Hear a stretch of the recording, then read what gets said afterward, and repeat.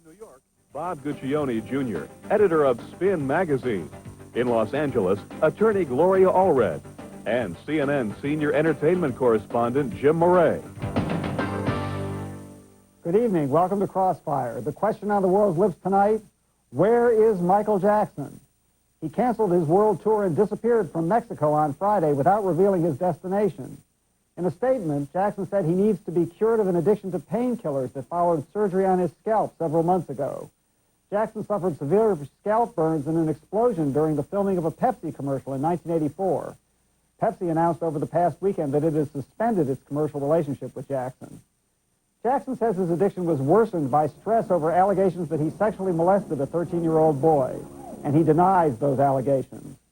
Perhaps most mysterious of all, Jackson left Mexico without revealing whether he favors or opposes the North American Free Trade Agreement.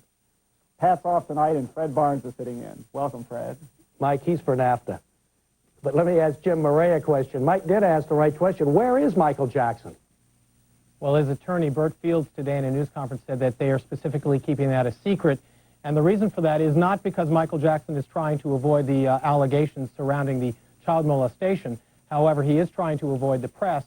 Bert Fields said that Michael has become addicted to prescription painkillers and that the only way for him to get treated is to do so in private. So the attorneys have specifically said, we will not tell you where Michael Jackson is. So we don't know where he is.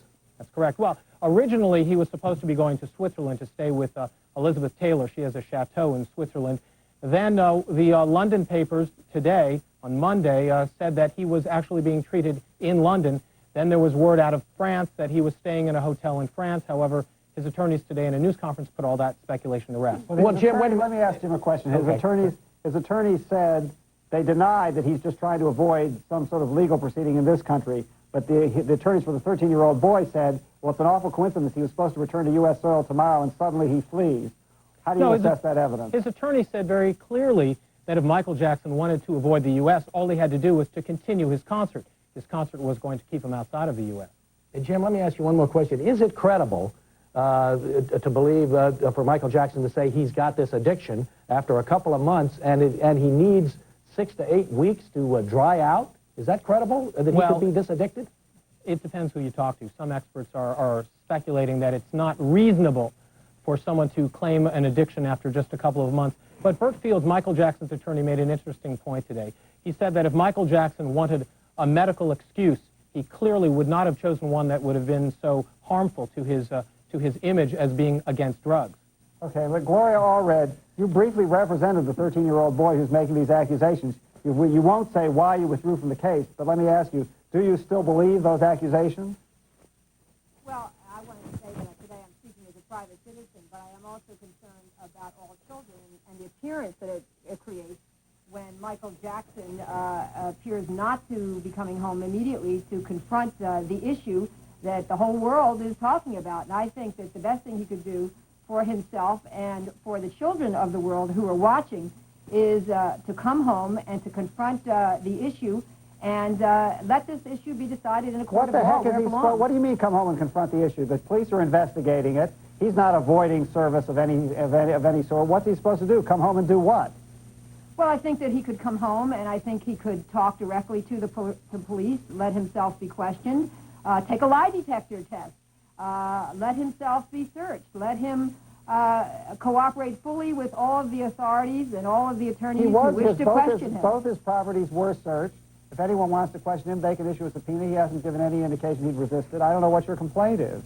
Well, I think that when he is circling the globe and not coming home to California, where we certainly have excellent treatment facilities and world-renowned facilities, that it does create an appearance in some people's minds that there is an attempt to delay and obfuscate rather than to confront the issues against him. You're trying to create that appearance, Gloria. Do you believe it? If you have evidence that he's trying to avoid it, say so. Otherwise, don't try to create the appearance. Well, I mean, I think that a person who is charged with something as serious as he is ought to do a service to the children of the world by confronting those charges, because this is a person to satisfy you. This is a person who He denies should be the accountable. allegation.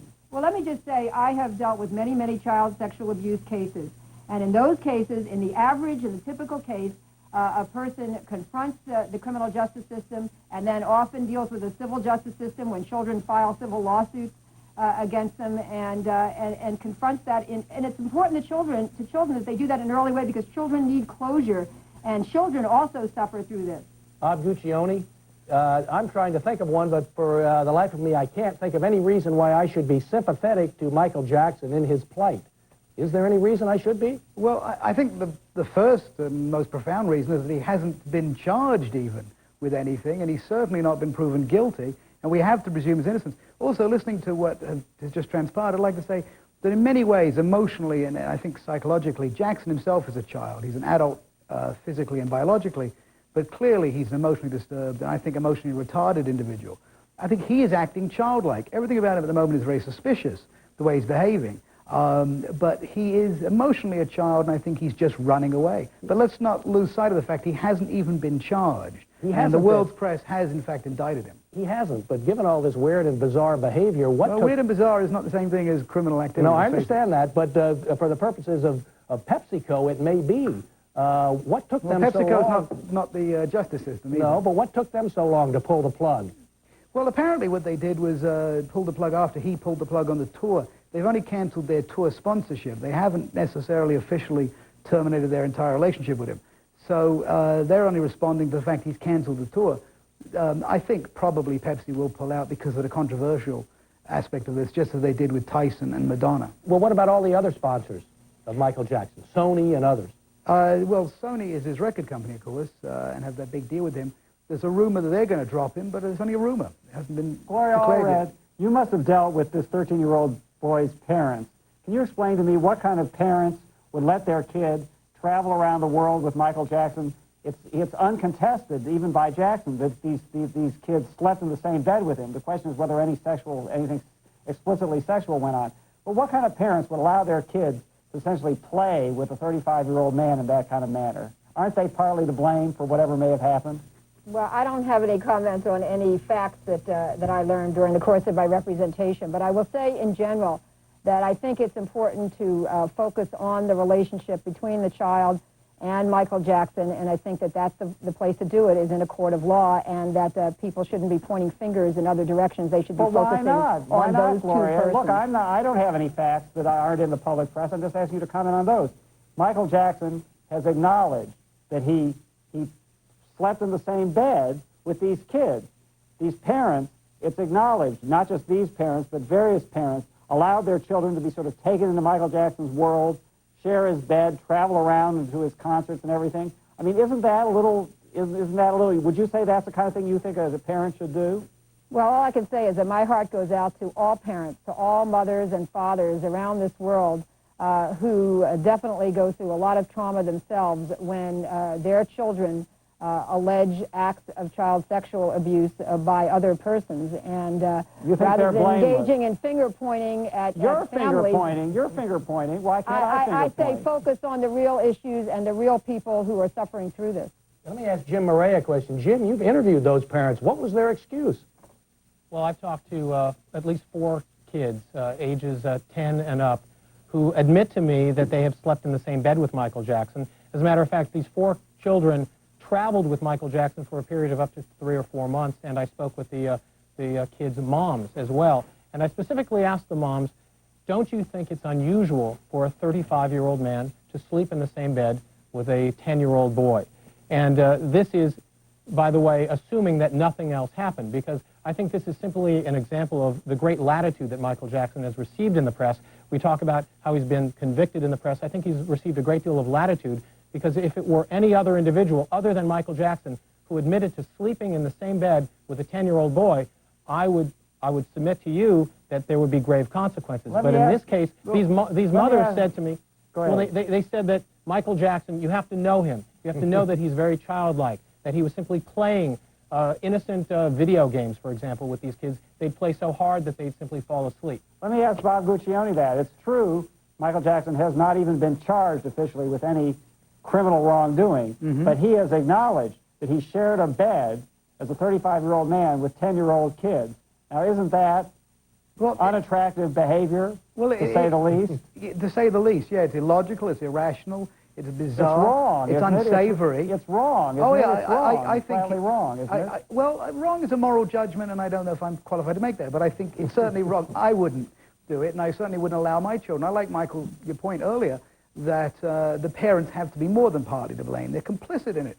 Some of these parents have received things like Rolls Royces for being the parents of the companions to Michael Jackson. I say that they have basically sold out their child's security for a Rolls Royce or for other favors. I obviously feel for all children who are abused, and I think it's a dreadful thing, one of the greatest, most heinous crimes in our society, child abuse, because the child is such a victim. But I think we have to bring the parents in on this. They've allowed it, and often to have the child go on tour. Well, Bob Guccione, we're going to have to take a break right now, and when we come back, we'll ask whether or not Michael Jackson has moonwalked his way right out of a multi-million-dollar career.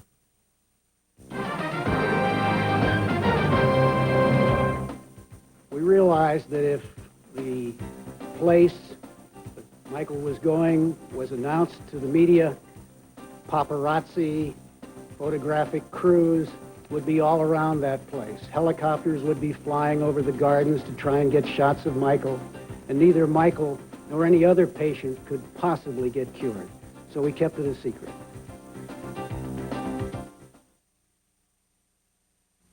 Some of the biggest talk on Wall Street isn't what stock to buy, it's where to buy it. On a trade of 200 shares at $25 a share, Waterhouse Securities charges just $35 in commission. Merrill Lynch, $129.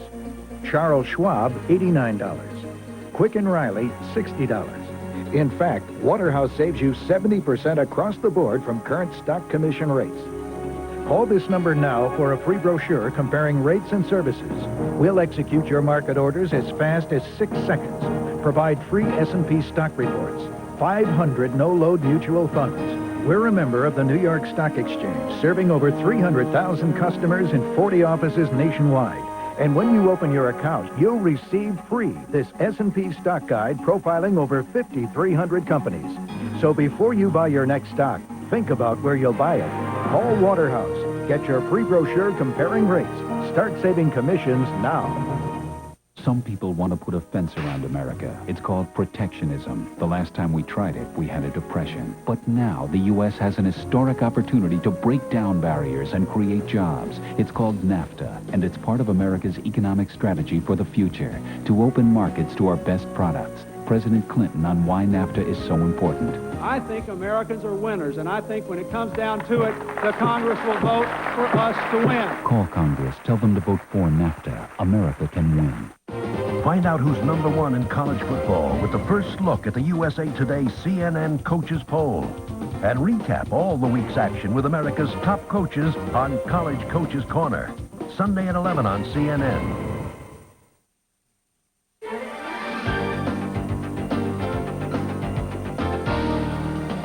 He's not in a position to cooperate with his attorneys now in preparing his defense.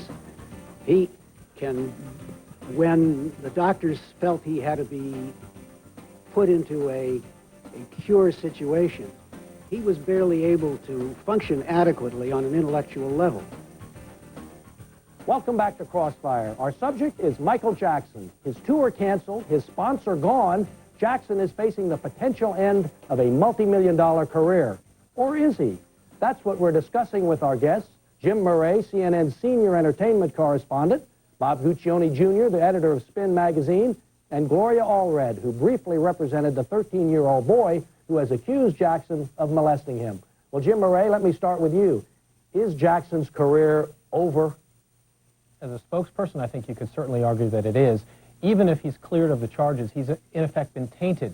And when you're tainted with charges of child molestation, and your appeal is to children, I think that you've definitely been damaged beyond repair. Well, Bob Guccione, what about his singing career? I think his musical career will always depend on what kind of music he makes. I think his performing musical career may well be over too, because for us to be entertained, we have to in some way believe the performer is a good person.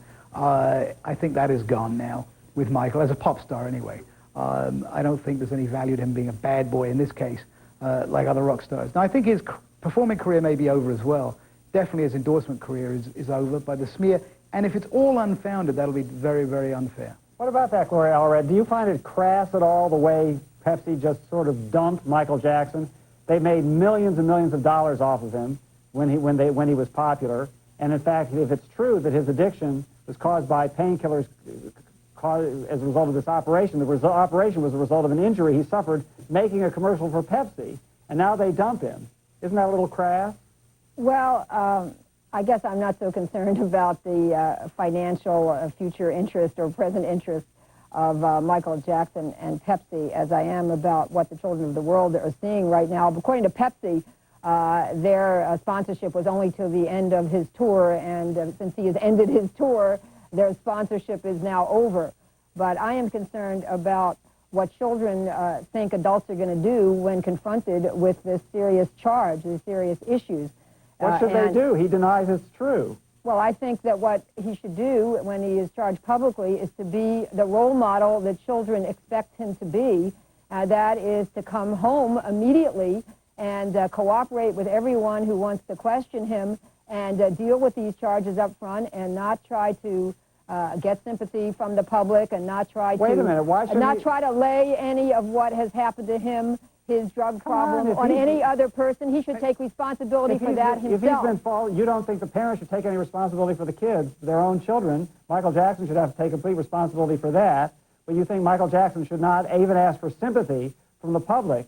What if the accusations are false? Isn't that a possibility? Shouldn't he deserve some sympathy if they are? Jackson hasn't even been charged. I think what the public should be doing here is not taking a side for or against Michael Jackson, for or against anyone, but simply remain neutral, because that's the proper thing to do, since the public does not, nor will it have all the facts probably for some time. So the fans shouldn't be rushing forward saying, I support Michael, and there shouldn't be anyone even throwing stones at him. The public should be taking a neutral position in all this, as celebrities should as well. Well, Gloria, don't hold your breath, but let me ask Jim Murray a question. What's taken the prosecutors so long in L.A.? It suggests to me, this accusation having been made so many months ago, that perhaps they don't believe the accuser of Michael Jackson.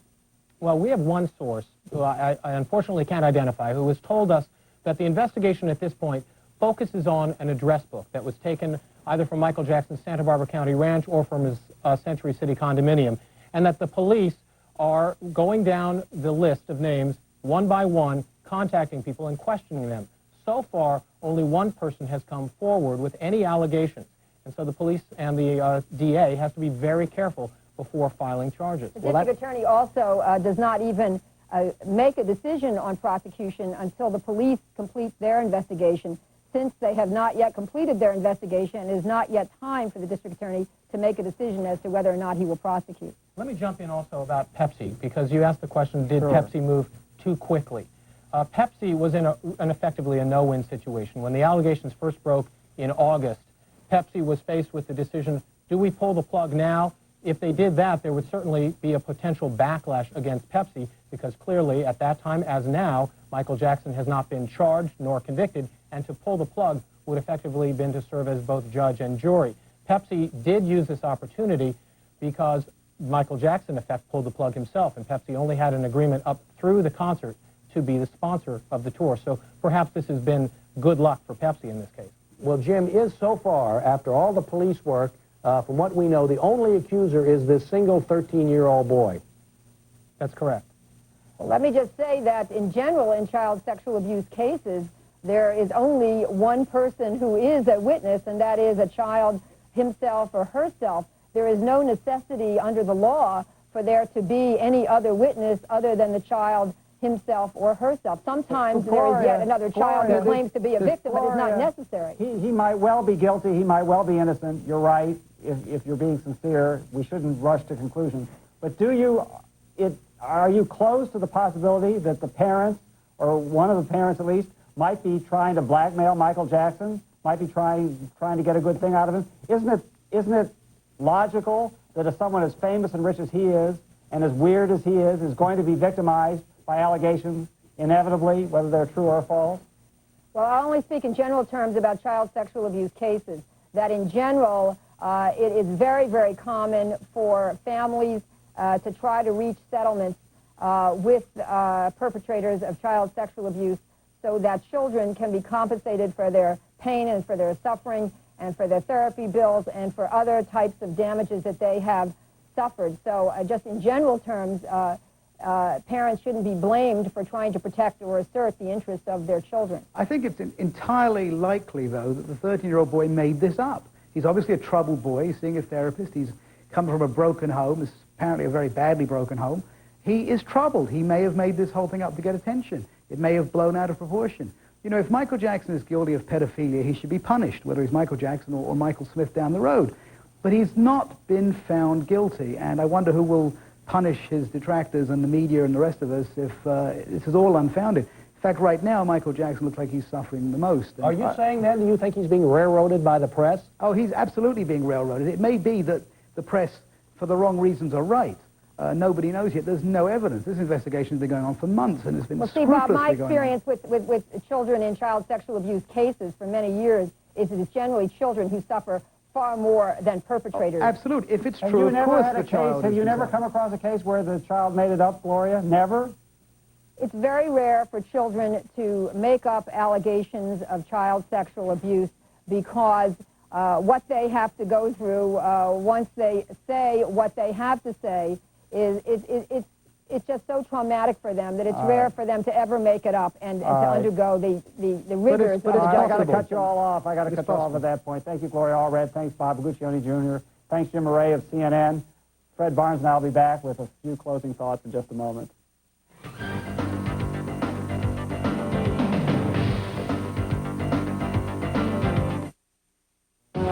You hoped he would fly forever, that he would continue to soar, for Michael Jordan accomplished what others could not. This is the greatest performance ever. Time and time again, he showed us things we couldn't believe and gave us moments we wouldn't forget. The Bulls win! They win! Now all the excitement of the Jordan career is captured in this exclusive collection from Sports Illustrated, the Michael Jordan Thrill Pack. It's free with your paid subscription to Sports Illustrated, where millions of readers joined Michael on his amazing adventure. Call this toll-free number now and get your free collector special that lets you relive the thrilling moments in the career of the man who became a legend. First, you'll get Come Fly With Me 91, a video flight that takes off with a great view of Michael's early days in North Carolina. The fantastic flight continues to the NBA for the original slam and jam and excitement. Your thrill pack continues with your second free video, Michael Jordan Airtime. It's Michael at the peak of his incredible talent. You go behind the scenes and stay with him everywhere as he achieves his championship dreams. At home and on the road, you'll get a feel for what it's like to be Michael Jordan Superstar. Superman is back in the building! Your free thrill pack also includes this collector's edition of Sports Illustrated, 3 Seasons to Savor. It's full-color excitement to let you run with the Bulls during their championship years. Don't miss Michael in this dazzling collection that has all the thrills of his career in one big 3-pack thrill pack. It's available only from Sports Illustrated, the magazine that gets you into sports like no one else. Call now to subscribe or renew and get 54 issues of Sports Illustrated, including the swimsuit issue for only $1.39 an issue. Save over 52% off the cover price. For quicker delivery, use your credit card. SI and your free thrill pack make great gifts. Don't miss your free thrill pack. Now it's the only way to fly. There is nothing in the world like Sports Illustrated. Get into it. This year, light up your holidays with America's favorite conductor, Arthur Fiedler and the Boston Pops. Announcing Arthur Fiedler's Christmas Pops, 44 of your favorite songs and carols.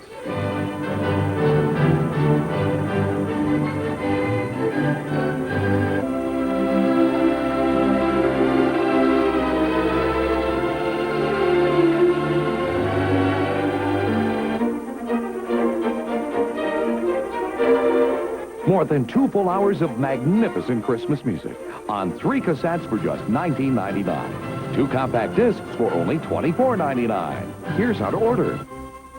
To order, call 1-800-257-1257 or send $19.99 for 3 cassettes, $24.99 for 2 CDs plus $4 shipping and handling to Arthur Fiedler's Christmas Pops, Department 1, Richmond, Virginia, 23280. Some people want to put a fence around America. It's called protectionism. The last time we tried it, we had a depression. But now the U.S. has an historic opportunity to break down barriers and create jobs. It's called NAFTA, and it's part of America's economic strategy for the future, to open markets to our best products. President Clinton on why NAFTA is so important. I think Americans are winners, and I think when it comes down to it, the Congress will vote for us to win. Call Congress. Tell them to vote for NAFTA. America can win. In a city where you can easily get lost, you need people who know their way around. Let Bernard Shaw and Judy Woodruff be your guides inside politics. Weekdays 4:30 Eastern on CNN.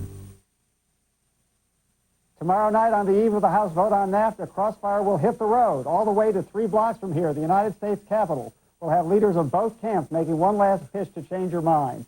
Do not miss it. Fred? Oh, you know I won't miss it, Mike.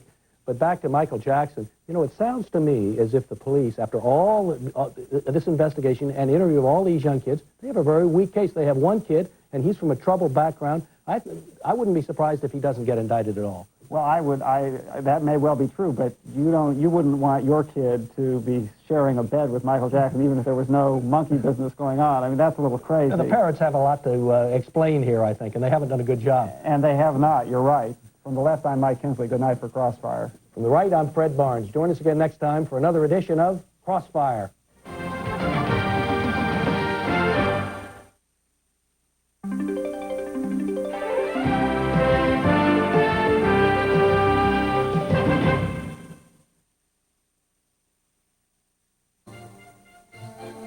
This year, light up your holidays with America's favorite conductor, Arthur Fiedler and the Boston Pops. Announcing Arthur Fiedler's Christmas Pops, 44 of your favorite songs and carols.